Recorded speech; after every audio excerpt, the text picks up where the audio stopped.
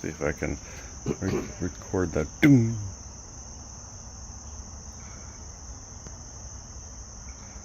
Day 2, Spirit Lake, Bullfrog.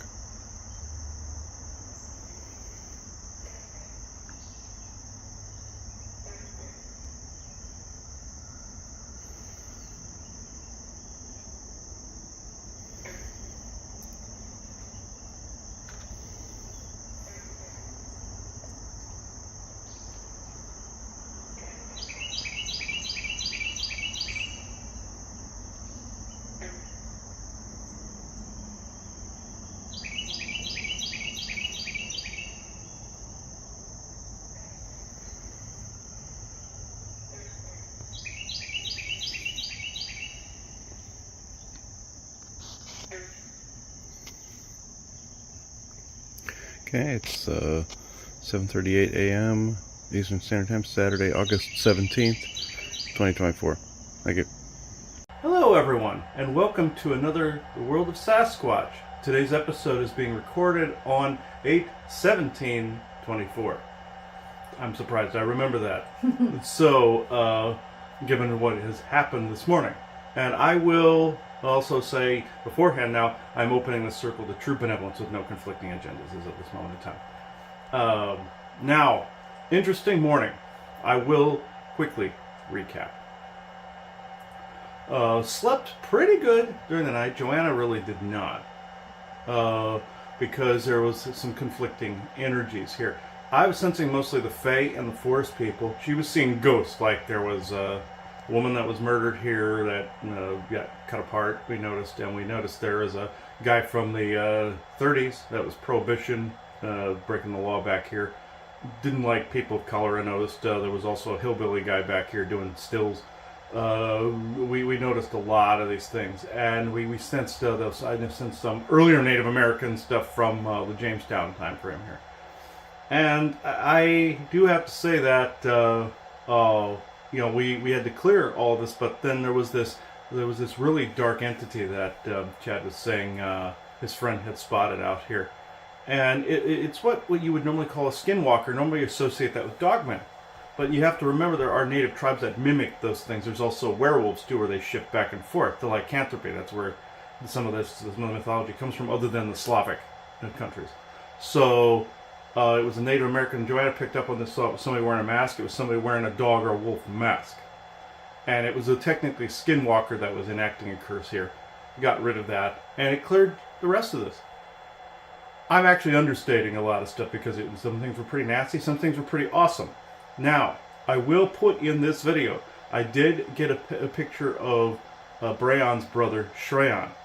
He woke me up this morning, said, "Sun's up, time to do stuff," And I'm looking around, it's like, yeah, the sun was literally just coming up. It was dawn. And he's like, "Hey, this is one of the best times of the day. We can do this now." And I'm like, okay. So because I guess there was a sense of urgency to clear all of the stuff and audit the property. Even though it is a massively awesome energy here, I see things much more clearly here. This is prime channeling environment. Just like we did in Washington State in the Cascades. Prime channeling environment, no technological noise, or virtually none, because there has to be some here. But in your opinion, okay, yeah. But anyway, in order to record you, we have to have it. So, woke up. I was told, look out the back window behind the bed in the other room. Took my phone, just snapped a picture, and there is a picture of Shrayan on there. He's just slightly coming through, smiling, and I recognized it as him. And that's just like how Fuma did. Turn around, take a picture. Fuma was bigger and much more clear, but this was good enough because I could definitely tell in the center of the picture, like what Fuma did, center of the picture. And you saw also a previous video, you saw the orbs we caught with them. But even after a while, they did not want recordings being done. It was like, okay, we're good, kind of thing. So I'm getting a pat on the head here. So there was a pertinent topic I think Shrayan wanted to touch on. There's something I've been encountering, and these are all these odd number synchronicities. This started with the GIC episode about Gene Roddenberry, with the with the 9 and 7 synchronicities. This has kept up momentum, and it's become rather obnoxious, even though we're starting about roughly 9 o'clock now, 9 a.m. here. So, Spirit Lake. So, I've been seeing these. Some of it was AI oriented. This was before I left. The Force people were like, okay, something is up with this. You're getting some AI, but you're also getting other things associated with some of the energies too. Something you're not recognizing. And also, some people on Facebook have been talking about it's a link to some astrological stuff like retrogrades and whatnot. I think they wanted to briefly touch on this. And there was another question that Brian Singh, we're answering your question today about the bird people. So, so we're doing this, and he wanted to comment on the land. So that's why I kept this intro brief. And by the time you see this, of course, we've created also other bumpers with the Law of One and all this other stuff in there. So, don't worry, we're keeping to our procedures. And I'll have to know in the future, these feet, actually, yes, I know they're magical, I understand. But Isaac called them magical beasts. Oh, yeah, okay. No, he goes, fantastic beasts and where to find them. Yes, Harry Potter, yes, okay, yeah, I understand. Okay. And the fact that this has red in it as well, and this guy, he is red, he's like Seymour. Where Seymour has more of an orangutan tone to him. Yes, I know you're darker. I can see it's more like the Auburn-ish. Yeah. All right. Duh. Okay. These brothers are more like kind of like have like not a Beavis and Butthead type thing like Isaac. He says more. Isaac's saying more like the brothers Grunt. I don't know. I can't. I think I know the reference. It's an MTV reference from years ago. Of course, he'd come up with that. It's where these creepy brothers have these weird bulged eyes and all this weird animation and everything. He's making fun of them. Anyway, if anybody remembers the reference, you'll know what I'm talking about. All right, time frame Beavis and Butthead, time frame in the 90s. But anyway, we'll go into this. So, Shrayan, benevolent Shrayan, then benevolent force people, which there are a lot of you here, again. All right.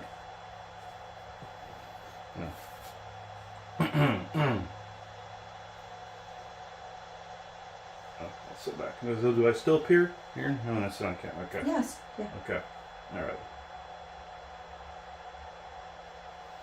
Through your feet. No, don't look down at your feet, but you know what I mean. Interesting. Oh, this is why you had me make these. This wasn't meant as a bedside piece. This was meant as a channel tool. All right. We're good. We're good then.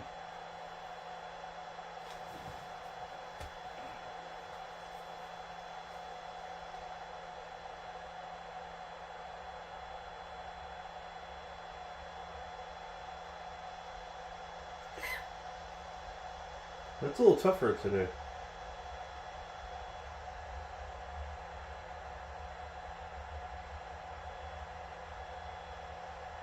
Forgive these stirred up energies. We are eternally grateful for the clearing. These have been things that have been inhibiting for quite some time. Like you were saying, Chad, there were previous people that wanted to cause more pain. I will not go into details, spare them, but wanted to link to this. We also wanted to extend our gratitude and voice because yes, he was correct earlier in your private talk. It was us who actually aided in you keeping this land for as long as you did. Because the pain also would have continued to draw in others if others had come. And they would have destroyed this beautiful place. I am more of a, unlike my brothers, Leon is more medically oriented. I am more into, say, like himself, land clearing type of person. Brayon is more of a clown. So, like you heard.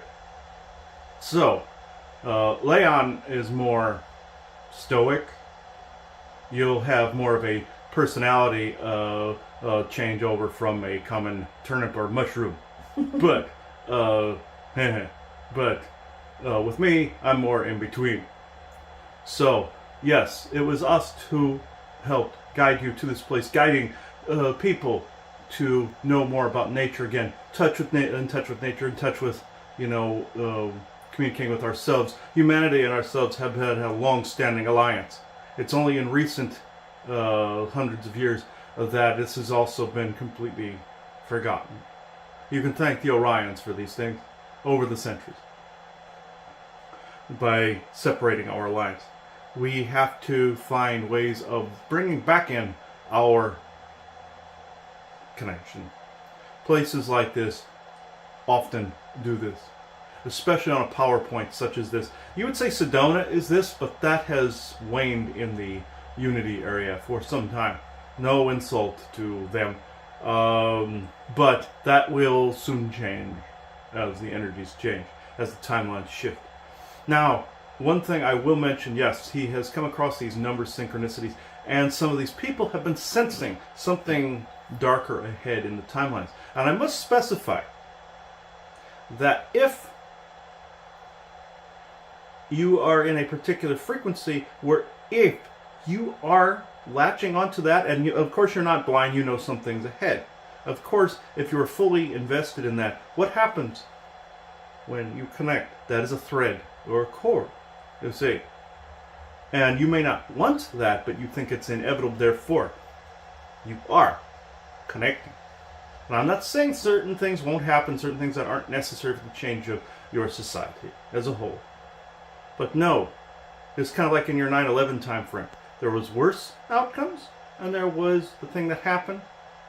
But there is watershed events that are crossroads within all timelines.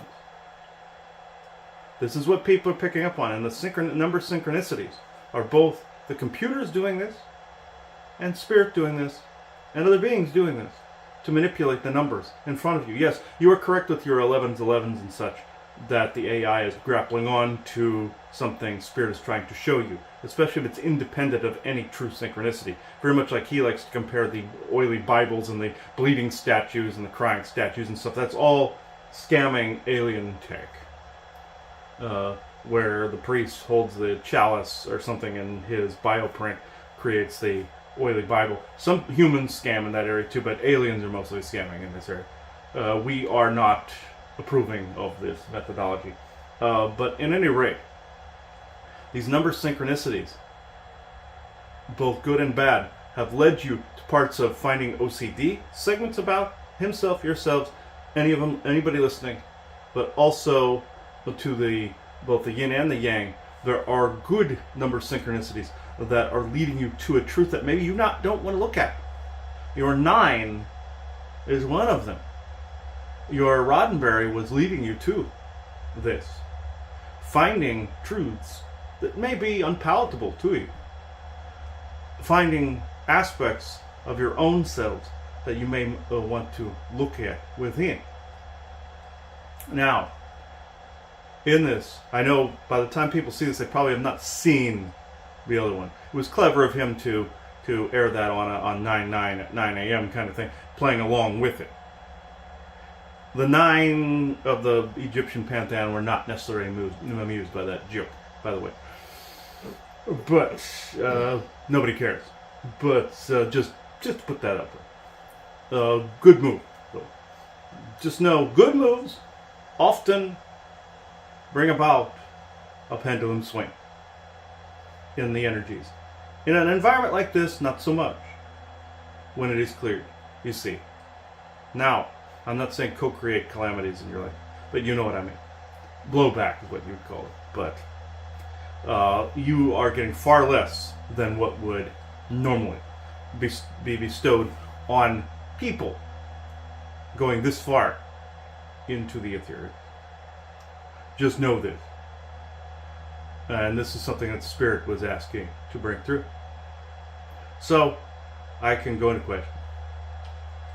Well, one of the questions that we were going to ask today is going to sound a little off topic, but we promised Brian that we would ask about this. So in general, Chris has talked about before, channeled before, that when people are channeling and talking to things, it's very hard to know, are they speaking to someone in the current present moment that you are in? Are you reaching out to a different time frame? Are you reaching out, to all kinds of things? And it's very difficult, since everything's happening all at once, to know what are you really talking to. So this was the question that came through, and it had to do with the bird people in general. It says, if the bird people are all dead, who then are the bird people of the Corvania, excuse me. If they are still around, what dimension or time frame are they in? There are, despite what my brethren have said about them being dead, like you see in Star Trek Enterprise, there are these little offshoots that have created different cultures. There's also mixes of beings. Your Torah would be one of these groups, believe it or not. The big golden beings that have kind of a bird-like appearance with the weird hips, because they're birds. So, they are interdimensional. Their planet was Cadenum, very close to that name, Coravania. I have to say that they're not one and the same civilizations, but they share the same introverse world. There are descendant lineages of those people here, also in Soul family, that have those bird appearances, because you are touching multiple points within not only the multiverse itself, but past events, which is also multiverse. You see, like you saw in your Loki TV series with the branch timelines and whatnot, bringing about the yards of drilled tree. This is what is going on. The lady in question with her soul family and the man in question, I will not mention their names unless they wish it, but just know they are incarnated members of these societies that the major civilization did die off in space. There are a few of the mixed descendant lineages. This is why they said, my brethren said they were all dead. The mixed ones that don't necessarily look like birds are still around. It's like in your Lower Deck series where you saw the planet full of bird people, even though they were saying something about that aviary group that my brethren mentioned, and they were making fun of them, calling them Planet of Boobs in that series, which we found quite funny actually. But it's saying that a lot of the bird cult stuff was a scam, like your Blue Avian cult, or it was from the aviary group. Anybody that uses it generally is scamming, except for the Anunnaki information and some of these descendant lineages. Now, these two in question, yes, they are the people that they claim to be. Cordova and Cadenum are essentially the same world, but Cadenum is the world. Caravania, meaning, think of it kind of like Romania or Transylvania. It's like a nation state or a fragment thereof. If you went to Cadenum, you would see the Toroth, like Toroth Moses or Toroth La Roche. You would see these other bird-like people there that were also golden. Some look like parrots, so some have a bird appearance, and some have mostly a human-like appearance, just with kind of feathering in the hairline. Now, the other ones are different time frames. He knew one by the name of Jeff B. That was from the Creator Council time frame way back in the way back. Jeff B has been reincarnated as one of those two people mentioned. The man. He picked this up correctly. He was the bird person that none of the Galactics wanted to be around because he had some kind of space lice. That guy. But he had a talent for music back in the day.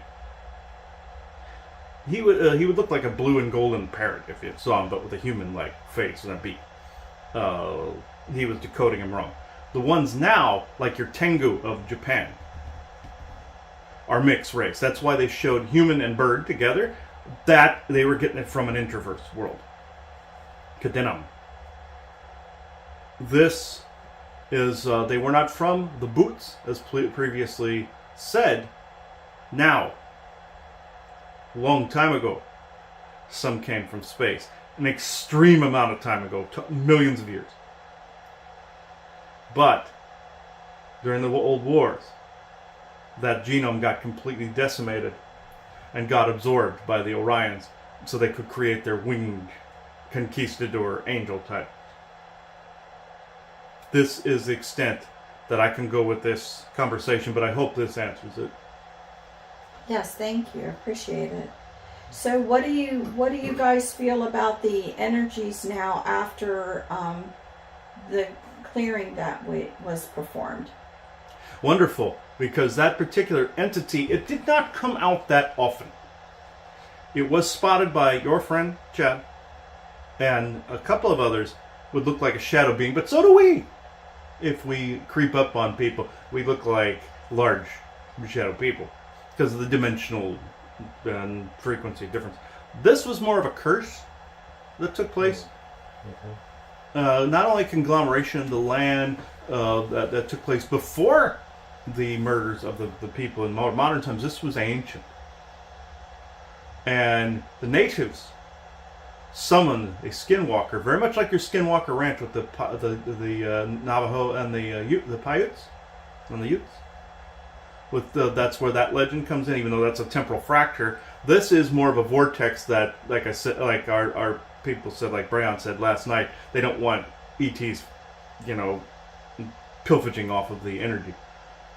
Like Skinwalker Ranch, that's become you would say, is a clusterfuck. Go there. So, along with dire wolves and stuff like that come across the threshold, aliens from different time frames, the same as you saw in Star Trek Discovery, where Burnham and the progenitor were in the same room, but they were actually in two different time frames. That's Skinwalker Ranch. That's also Stardust Ranch. That's what a fracture does. Bermuda Triangle is the same way, but much more massive. You can thank Lemuria and Atlantis for this. But with this was native born. They combined their Shalico technique of the mask with themselves, and that being that what you saw was I don't want to say a nameless person, but they became a conceptual idea. Very much like a guardian of, like, say, the Mississippian mounds or something like that. Like he encountered years ago at Forest Home Cemetery, where he crawled up on one of the mounds and this guardian was up his butt over it. Basically saying he was known as a guardian. He also, him and some Lyrans encountered another one in a neighborhood, cursing what they thought was Whitey's descendants of conquering their people. This was similar. These guardians are more of I hate to say this about our native brethren, but this is an abomination to nature. This took dogman energy, this took wolf energy, this took native energy, the land energy, and culminated this chimeric lichen type of energy. You would call it more of a lich or a lichen, like in your Witcher, with a big, kind of a Wendigo-ish type of thing, but they have been known to become their own life forms. Wendigo are their own life forms, but this is more of a lichen or a lich, like in your Elder Scrolls, where they create this lich, like wraith-looking thing. A wraith is more of a poltergeist energy from a person, pain, or trauma. This is no different. This is more of a wraith. This is why they came in through the crack in the land, or the temporal or quantum fracture, because wraith do the same. They are born of trauma primarily. Poltergeist is more of something somebody held back, like your character of Credence in your Secrets of Dumbledore with the projection. That's more of a poltergeist, and could become a lichen type of life form.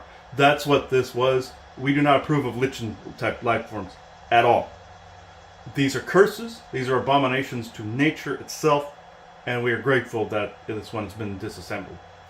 Do you know what the original trauma was? I didn't see that. So what was the original trauma that even led to that? Hatred by the natives, thinking they had, well, of course, they had been removed from a sacred area. You see, the intersection point has always been here. Even in ancient times, it's only moved very little in this area. Like your Virginia Beach, like your Edgar Cayce felt it would not be altered much. This is why he created his library there, thinking that any earth changes of any kind would not have altered that spot. This is similar, but it has shifted and changed.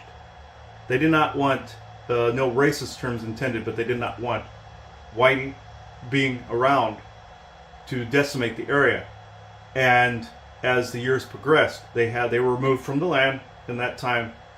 Some of them, of course, a lot of the tribes walked the Trail of Tears, as you know of. But with this, and to the reservations, but with this, there were beings left behind, very much like in your Thor the Dark World, where that dark elf took on that infection and became the embodiment of the hatred of the dark elves towards Odin and them.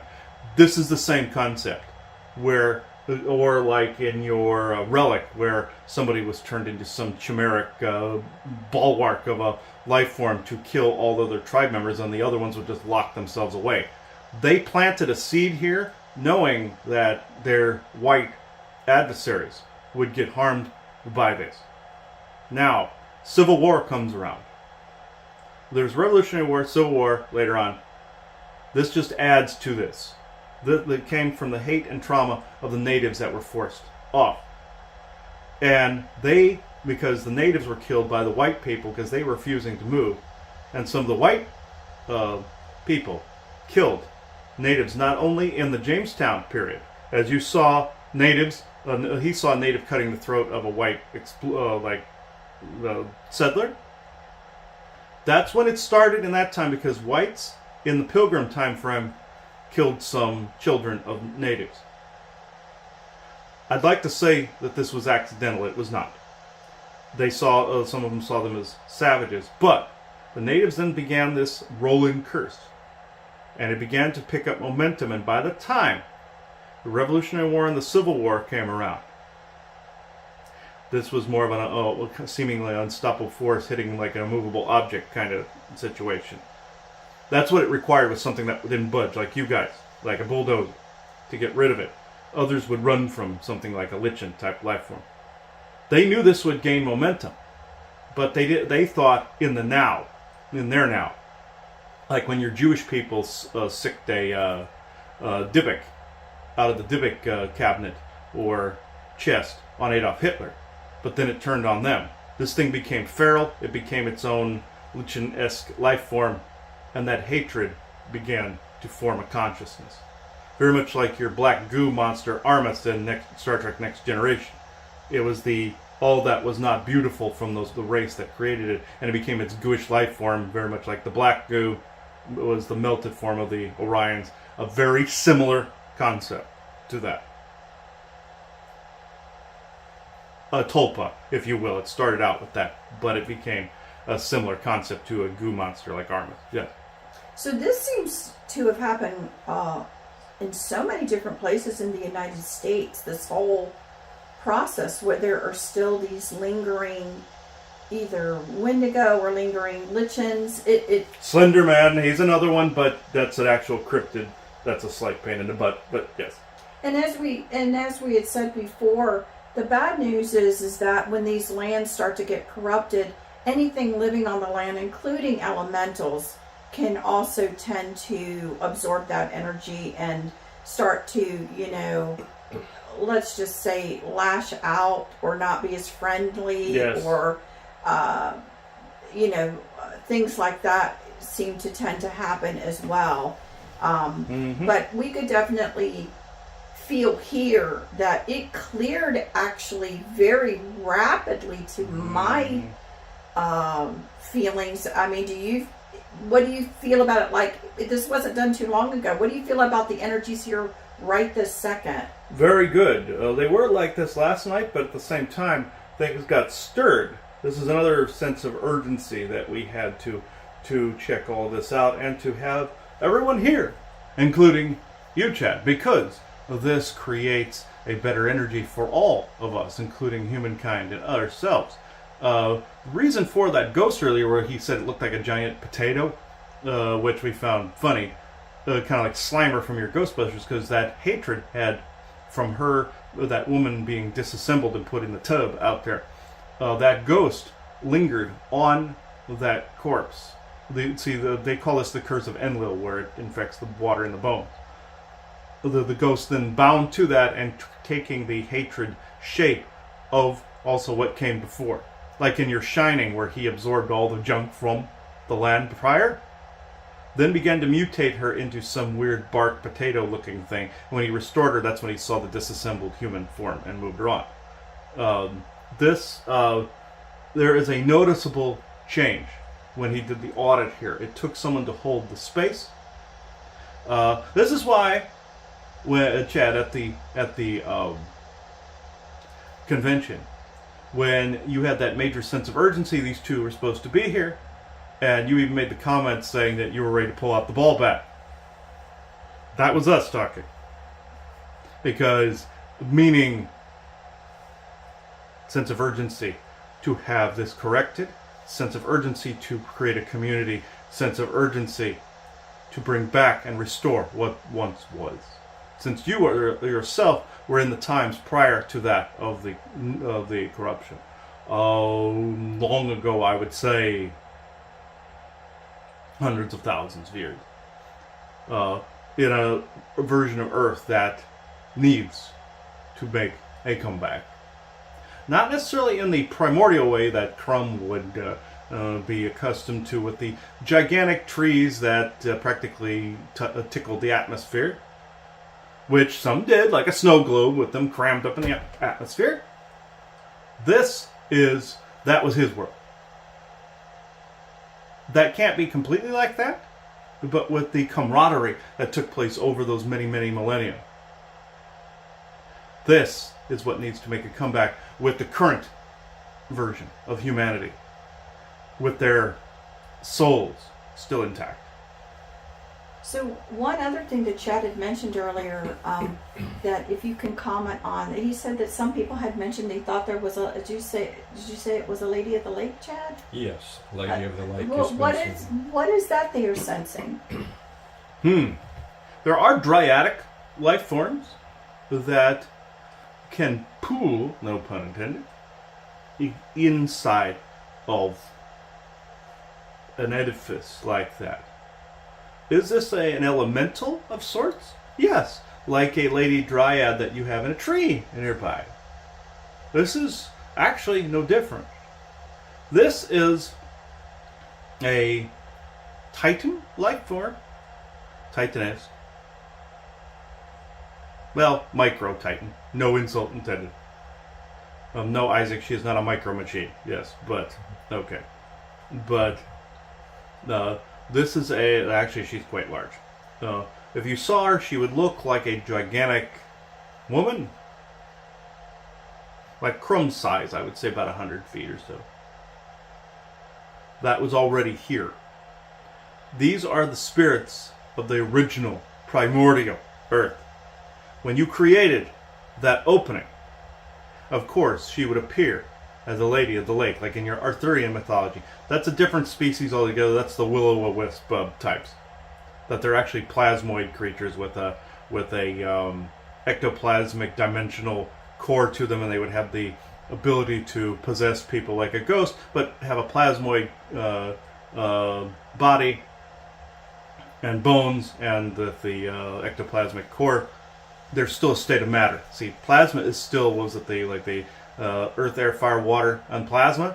Those are will-o'-the-wisps. They're actually quite annoying, but that fell into the Arthurian mythology. They're called the duods, but in this, they're not nice. I just want to say, will-o'-the-wisp is just like in your Elder Scrolls, where they attack people that come near nesting sites. They are asexual beings that lay these plasmoid-like egg-like things, kind of like a platypus is a mammal but lays eggs and all this. But it's kind of like that. They're actually a slight genetic concoction by you-know-whose hands. Actually, it would be the Odin sons and them when they were messing around the genetics. But I don't know, with the Forbosi of Atlantis and unicorn creation. It was in that time frame. But with this distinct difference, this is a Titan Her name would not necessarily be pronounceable too. She is very similar to Pele of Hawaii with the volcano. And she is, her name, I will shorten it to, his vocals will have a hard time pronouncing even the abbreviation. Sariam? This is like Kurum's name, and it's spelled different. So it's like Sariam. It's very similar to his. But she would look like bark. So she is actually, I must say, the same Titan you were dealing with the tree Dryad. But the Lady of the Lake is essentially an Earth Titan who's millions and millions of years old. This is the one that's also grateful for the change, because it's becoming very similar to how she knew it. There was water in this area millions of years ago that had deep chasms going down very far into the earth, almost the crust. There was also, at that time in history, it was very explosive with lava and everything, but later on, when there was just forest, there was water that passed through here quite prolifically. This is why you're seeing more of a flood when the waters come in, because it's starting to mimic that, but it will not turn into what it was then. It was a gigantic swamp with mosquitoes the size of your head, or variation thereof. You would not survive one that large because their nose was very much like a javelin. And they were fat, like a basketball when they had blood in them, and they could barely fly at all at that point. They looked quite comical. That was the prehistoric version of that. So you saying the spirit of the mosquito is strong with this place? You did not understand the joke of which Isaac was saying. He was referring to the primordial thingies that were on the property ages ago, of which their energy is still present from ages past. All the veils are dropping between the time frames, so you're getting some of the floodwaters are mixed from that time. The bugs also, of course, they would be here, but you're getting everything everywhere all at once. This is what is happening. Interesting. We got some questions, Chad? I have gratitude for both of you being here and helping to ask more questions about Spirit Lake, which Spirit Lake is based on questions, not just answers. And it's been interesting to see both of your observations about Spirit Lake and the entities that myself and other people have observed here, and I really appreciate Christopher exiting the dark energy that several psychics have seen on the other side of Spirit Lake for years. I never knew exactly what it was or its intention, but if it needed to leave, I'm very glad that you ushered it out, and I think that will help open up Spirit Lake for other people to wish to visit, because it's almost been like an invisible barricade here since I began building this place 24 years ago. And I've had a few people visit, but some people that have visited really like it, but then they don't come back, and it's like a mysterious reason. I think Perception filter. Yes. It is. He would compare it to a Doctor Who episode where he put a key around his neck and Martha saw him look all weird because it's a perception filter. Some beings use technology that are like that. We are not causing it. The Lichen life form was causing it. It had a natural as a curse can be, perception filter. You will start to see that change now that curse is dissipated. It's basically a curse that was on the land that was causing people to not remember the place. That has been lifted. Nice, yeah. I do wonder about, some people have said that this is a corner of the place that things go missing in the Atlantic. The Bermuda Triangle. Yes. You are not wrong. It does shift and change. like I said, Atlantis was quite obnoxious, let's say, when it started its war with Lemuria. And there's an island at the center of the Bermuda Triangle. You two are quite familiar with it. On the cruise ship, you were abducted to that place by a military sect there, who still occupy the island. They are quite annoying, I must say. They are occupying an old Atlantean outer outpost. Very much you have non-Medal for Lemuria, which is on the outer edge of Micronesia. The island in the Bermuda Triangle would be part of the other outer edge of Atlantis. There was a laboratory that was hidden there by... You will, or he will find this disheartening, by the sons of Odin. They hid certain technologies there when they were in their more dark period. When Poseidon created some of the Matrix tech that existed then.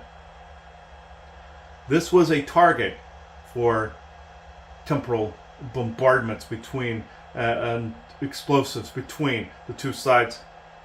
There was a fracture that was created there because there was a temporal opening already created. Very much like in your Star Trek, if there was an explosion like the warp core explosion or something, it would have an antimatter explosion and propel outward. These temporal fractures are where something tore through from a different place, not stepped through. This was such a massive fight, and this was between the two butt boys themselves, Enki and Lil. Wherever those two walked, chaos ensued and followed within their footsteps. They fought. They tried to claim a space. And they failed. Now, we understand Enki/Poseidon has done well for himself now. But in the fights during the times of the end of Atlantis, the Eye of Sahara, of course, was the capital. And then Egypt got roasted, that whole bit. It was Enlil wanting more territory, Poseidon wanting to beat the shit out of him.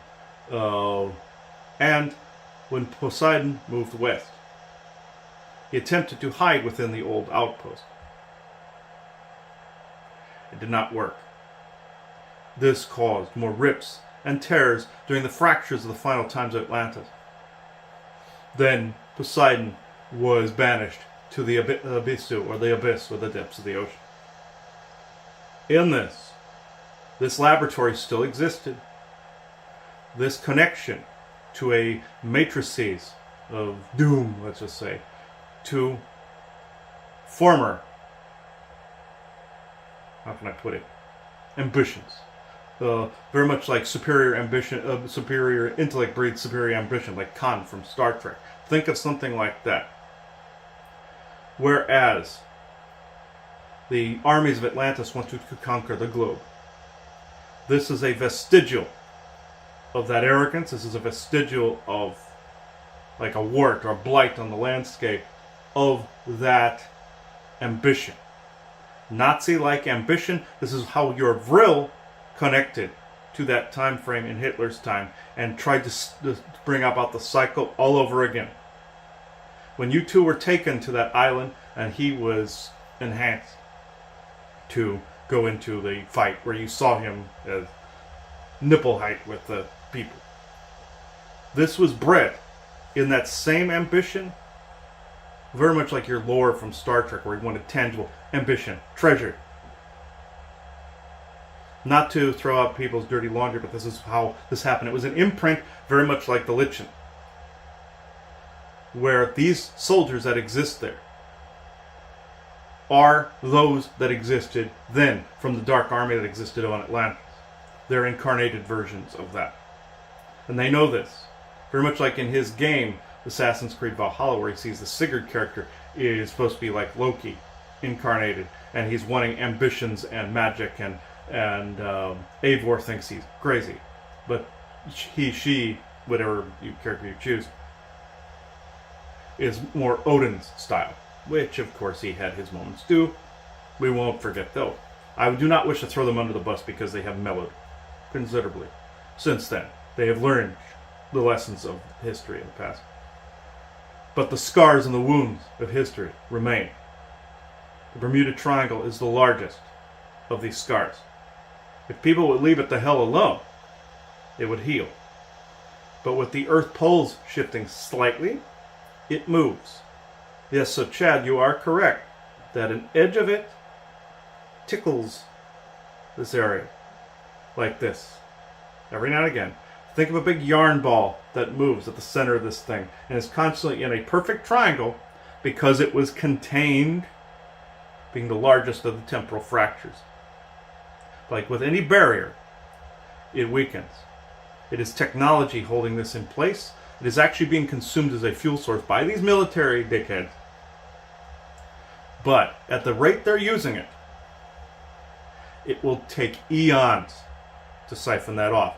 Other races could siphon that off and use it up, like in your Doctor Who, where he went back to the past where there are all those specters and everything in Dickens' time frame. Comes back to this one, and it was a temporal fracture those aliens left behind. He could fuel the TARDIS in Cardiff, where it was in the storyline.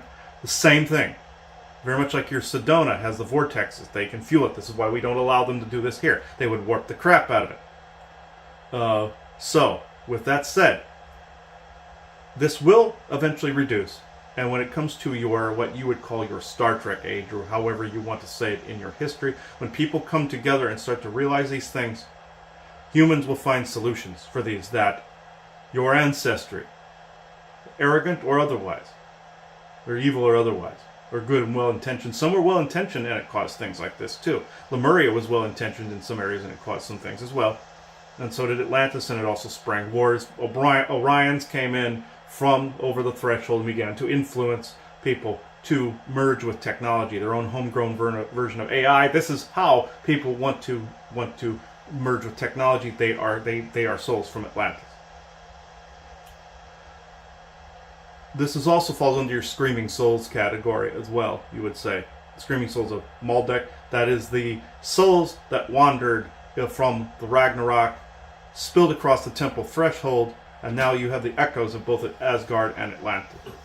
But in this, the pain of that time must be reconciled. When this begins to do that, all wounds heal. When pain finds its resolution. Of course, it can be sometimes a guiding light to, eat the pain, integrate it in order to get through something like endurance, like a soldier would.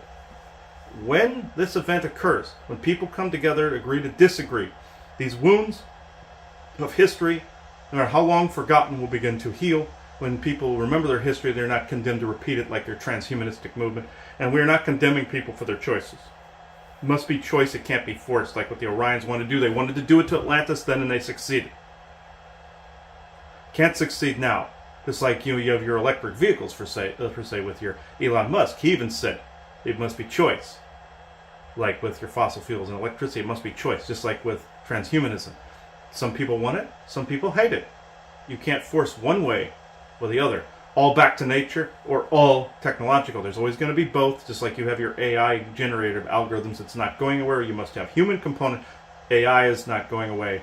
You must be better teachers to show if there's any emerging consciousnesses or anything, what the heart space truly looks like, and what critical thinking truly looks like, what humanity is at their best, not at their worst. This is how places like the Bermuda Triangle and the Devil's Triangle, or any of these other triangles caused by the opposite end of the meridians having like an explosion through the conduit, and they end up at the opposite ends numerically. This is what happens. When those heal, you will see a different Earth altogether. And is there a giant buried crystal under this property from ancient times that could be affecting something? And if so, is it associated with a portal or the Bermuda Triangle? All of the above. You're dealing with remnants of the Atlantean time frame, both technological and natural. There are several. There's one large one and a couple little ones, actually. They attempted to create a stone circle of them at the time, like with Stonehenge being a portal hub that actually extends down into the ground like a castle. and portals like you see in Star Trek. Well, not the beaming technology, but the like the city on the edge of forever, where it's like a portal ring, very much like the Interverse portal that Elaine and Vetsa existed in New Vera / Lonulos or Valley of Fire. It's like that. This is old stone technology from, or to a lesser extent, your Outlander. But very similar to that. It's exactly like that. So that's what you guys were meant to see as a part of the comparison, by the way. Curious point, if you have one at all. But yes, these crystals help with this ley line intersection. It was a large quartz pocket mixed with a piece of like old. You would say it's an old tech, like Lemuria has one in the ocean, Pacific Ocean. Atlantis does too. There's one by Bermuda Triangle as well. But these were network points all across the globe. You happen to be sitting on one of these network points. There's also information nodes within these. There's information from that period, like in the Benevolent Earth, the Akedic, that even though some of that concept is bunk, where you have certain grid points that were actually more AI or false incarnation grid type thing. You have the real points. Some people call them chakra points, but this is an intersection point, whereas like on Skinwalker Ranch, it has a high piezoelectricity to it. Just like in your own home, where you had you decide to put those stones in place. Those three. Think of that same concept done by the ancients. This is where you get the idea from. This is where he gets the idea for his orgone. It's the same thing. He makes it portable. You chose to lift ungodly heavy rocks. So, like you have around. This is the same concept. You are literally mimicking the ancient past, but bringing back into this time what needs to be here. That is what's being done, and also the camaraderie and the unity of this place, like what I said before, needs to take place to heal places like the Bermuda Triangle. So it's not basically tickling the balls of the land here, essentially. So, that's essentially what it does. It just brushes up against. It'd be like if something was brushing your scrotum constantly, kind of thing. It's like that. So, you don't want that. It's creepy, you don't want that. That is an echo of the old wars. What is important is what you're doing here now. Well, in the poem that was channeled to me when I began building Spirit Lake in 2000, the only word capitalized in that whole poem is one, and it's called unity. And that's what Spirit Lake is for. Mm-hmm. For unity between humans and non-humans and different wavelengths of beings. So yes, exactly. That is why you wrote it. I will say, this is one of the reasons you came in. Hence why, I will not say your personal life, but this is why you had a splitting of densities with a spouse. This is why you had means to continue with your evolution, because you knew intuitively where you were supposed to be. And this is essentially the origin story, let's just say, of the current incarnation of Spirit Lake. And you did mention earlier in the conversation, if you don't mind, if Chad's okay with it, because it's your history, that he had been here long ago. Mm. So, and did the same thing. Yeah, and so I find that very interesting. Did you feel a long time connection to this place? I'm just curious about what was he doing then? What was he doing in that time frame that really had him drawn to it now? Rebuilding, rebirth. Part of it was pre-Atlantis, long ago, when the Earth was being seeded. There were these dinosaur-like beings that were bred to these brontosaurus-looking beings that were these nature builders. They can speak to this at some point. He didn't quite get their name completely right when him and his friend Richie found them. It was when there was Pangea and all the races were seeding the Earth. You were in that time frame, and then post-Atlantis, you were one of those beings in that time frame. An aspect of your oversoul had the job of seeding the Earth, the terraformed layers, etc., etc. Now, post-Atlantis, you incarnated as a person, or not necessarily incarnated, but you escaped from there. and came in to try to rebuild and pick up the pieces right where we sit. Again, north of the Bermuda Triangle, just north of that, escaped just further that into this area, knowing full well that this area would be important as the new alignments of the Earth commenced. Intersection point. This was something you were creating as a backup later on in your history, incarnated as a native that also honored this area. That was in the Jamestown time frame. You were in the Jamestown time frame but have no affinity for it. But in Jamestown itself. But this was more, or you were there just to observe some of the stupidity that ensued. That's your own thing. But the glutton for punishment in that time frame. But anyway, this though, you were there to clean up something there and fix something temporally. You were there, or here, to do what you are doing now. It is a good mirroring, taking something good from the past and bringing, not mirroring the ancient calamities like the Bermuda Triangle. You're helping to correct that anomaly. It's just like with Chernobyl, where people, the only reason that has not been cleaned up is to bring people together to learn not to use that shit anymore. That is the only reason the galactic community has not intervened. Is it would be a detriment to people if they did. They want people to see the horrors that could bring about. Same with the Bermuda Triangle. Don't you think some of the galactics could come in and seal those shut? They want you to remember your history. At least the good ones anyway. The bad ones couldn't give a shit, but they caused it. I'm just saying, they want you to remember this. They wouldn't let it get out of control and consume the planet or anything. But knowing and remembering the scars of the past is very important, because you can integrate and can fix them now. Not integrate, but integrate the balance. This is what you are doing now.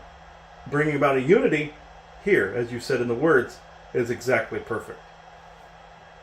Well, that's very interesting that you should say a couple of those things. Number one, I was raised fundamentally Christian, and there is a Bible text that has always come to me interestingly about this property, and actually a lot of mine and my life friends' path, which is the prophet said in the last days they will raise up the ancient paths, the ancient ways.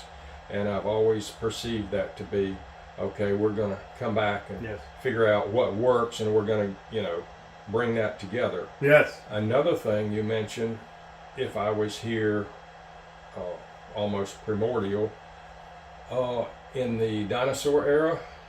Further back than that, but they had certain genomes that were similar. Well, when I built Spirit Lake, as I cleared the property here, I always respected the little lizards, always. And even before that, just a couple years before, I nicknamed myself Lizard and told some people jokingly they should refer to me as Lord Lizard, and I did not mean that in a negative way at all. But now that's a darker connotation, but you get it, yes. Yeah, I get it, yeah. But people definitely diss reptilians and so forth, and not without good reason also. But in a situation where extreme wisdom, closeness to nature, and warriors are needed, I think that a wise reptilian mind is something pretty handy to have around, because it's not something that some entities can deal with. Yes, you said wise reptilian. The ones that are around at the moment are stone cold stupid. So that would be the Draco. But because they have a little, they tend to not be able to comprehend human emotion correctly. Therefore, they control a human to create the things like a meat puppet. That's why you hear the stories of demonic life forms not being able to get into a certain aspect of where humans are, because the mammalian and the reptilian brain, very much like Morpheus saying to Neo, they will never be as fast or as strong as you, kind of thing. But yours was different. That's back when they actually had a brain bigger than a walnut. So, Now, with this, yes, this also the term that you guys came up with, you brought about a great fall and you bring about a great lifting. This applies. Does it apply to that period in both Atlantis and Egypt? And this brings about what you are accomplishing now. Now with Lord Lizard, yes, you were coming up with you were one of those life forms that was good. What came later was an abomination, very much like the Lichen. So, not dumping on good lizard people out there. I am just saying, yes, Isaac, lizard people. I get it. Now, with this, you were getting it from that nature building life. Now, when you bring your cat out here, he sees a lot of the stuff that is going on out here. Prince Chauncey, he sees a lot of that goes on here. He actually enjoys it out here when he sees a lot of these things. The reason he doesn't respond to voices that well is because it's the sound waves that are being put off. His hearing is very sensitive. And his energetics are very sensitive, and he sees a lot. So if you're talking directly at him, that's why he freaks.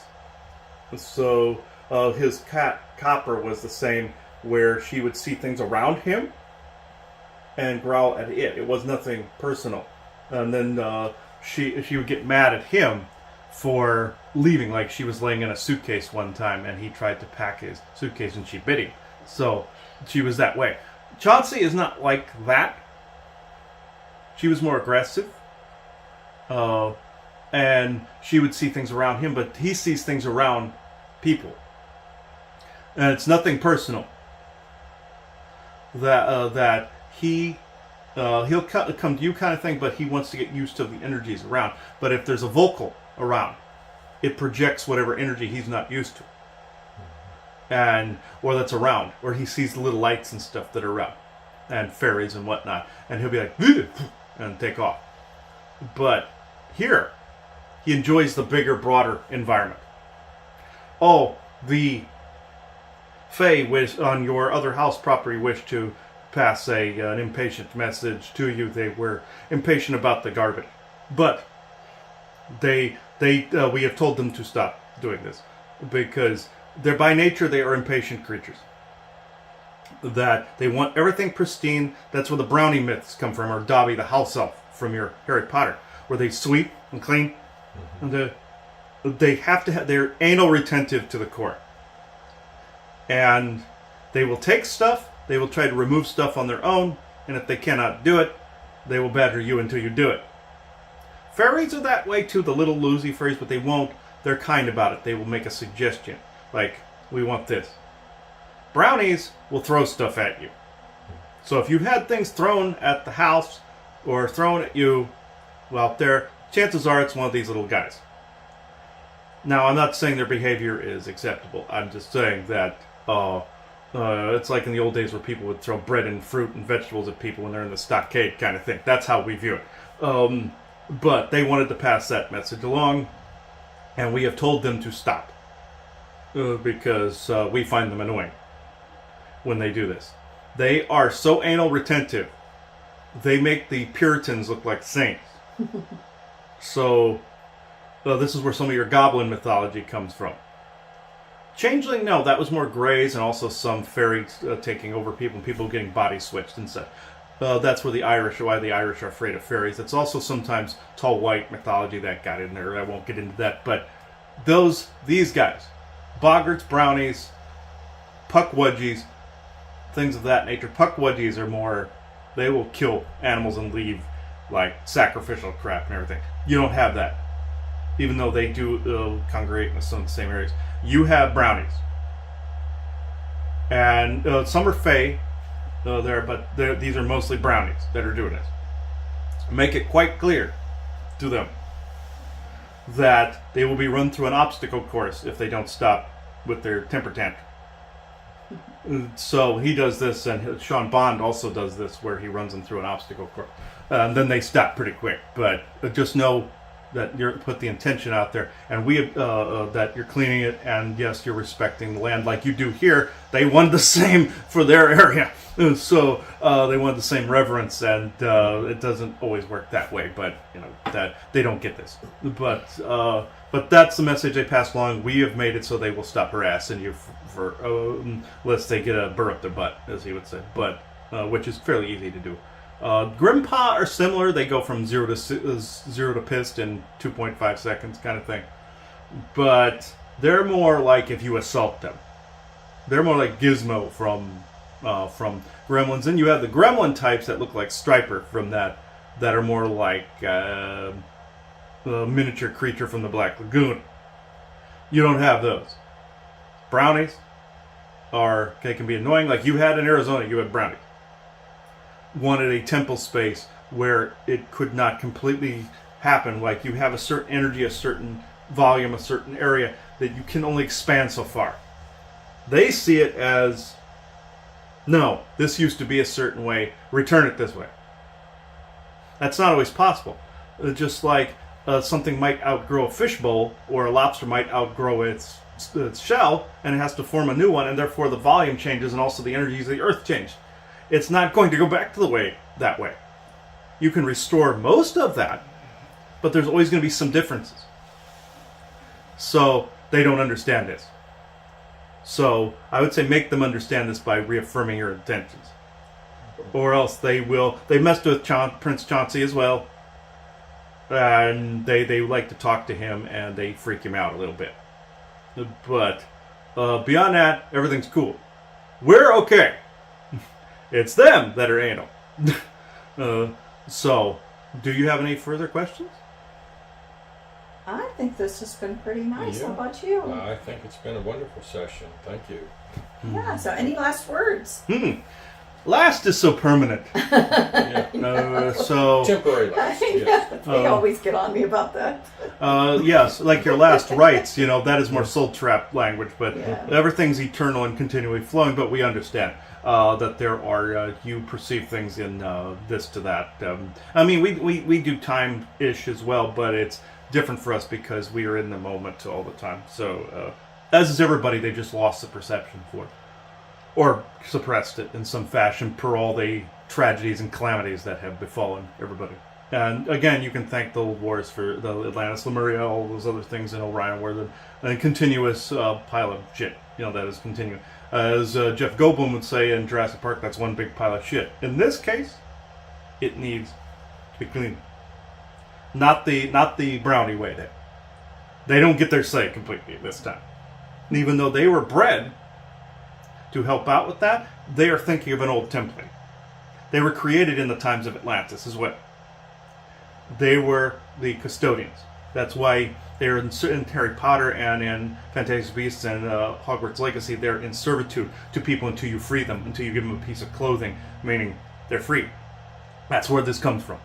They were a servant or a familiar to a geneticist or a familiar in a lab, like how some people use gray robots for their familiars, that they grays and ebens sell them to them or trade them, like the military with the smaller headed little beady-eyed ones and the bigger butt-head Zeta robot.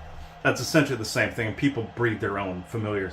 Or like your Tosk in Star Trek Deep Space Nine, where they bred him for the hunt. That episode. It's similar, but they became their own race.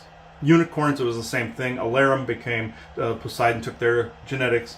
They created the Proboscis. Geneticists created the Alarum. Alarum's DNA created, mixed with Centaur a little bit. They were centaurs as well. And Poseidon created unicorns. When he was creating horses for Athena, he created giraffes, zebras, that whole bit.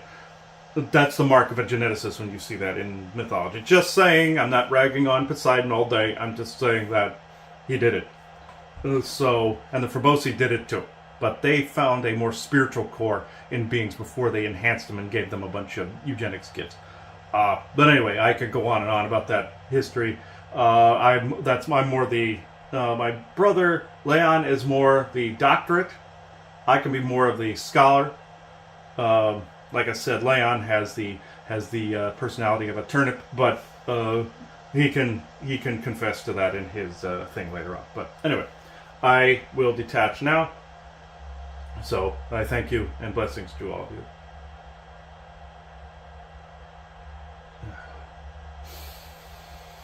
All right. There we go.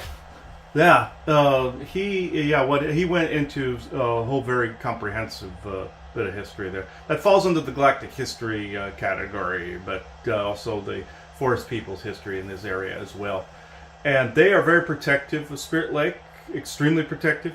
And when he was showing me the brownies, it's like they were shaking their fists like this, with a broom kind of, or a brush in their hand. I thought that was a broom anyway. It looked like a pom-pom or whatever the hell they had in their head. Like, hey, doing that. That's what they were doing to you. It's like, so they were making fun of them because they wouldn't stop. So they should now. They're funny. If you want to look more at that, look at the Conspiracy Sector episode we did on brownies, boggarts, and fairies and such. If you want to go further into that.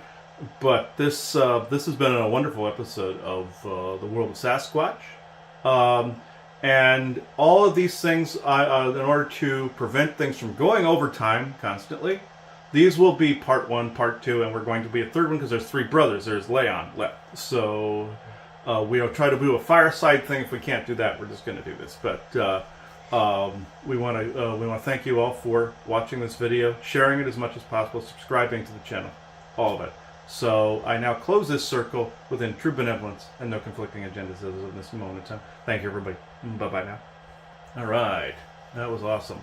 Yeah, Yes. were you happy with that? Yes, I was interested in the part where they said that I had been here a long time ago. That's what I'm like. I Yeah, don't know Richie if and you I- heard that originally, but I heard it. I was like, oh, Yeah, Richie McGreevy and I found these beings that were these brontosaurus-like beings that said that they'd helped with the seeding of the original seed earth, and they looked like brontosauruses, but they were shorter, and they were like custodian type beings, and they said they were genetically made to by the ancient Creator Council to do a lot of that. So. That's so funny how it relates to you. What were you saying? Oh Call me my Lord God. Lizard. This is Isn't that while I was still amazing? married. Okay, I don't even know what brought it about. I mean, it's bizarre. I mean, I wasn't spiritual then, but I was a little open-minded-ish, and it just I thought, well, I work in the woods and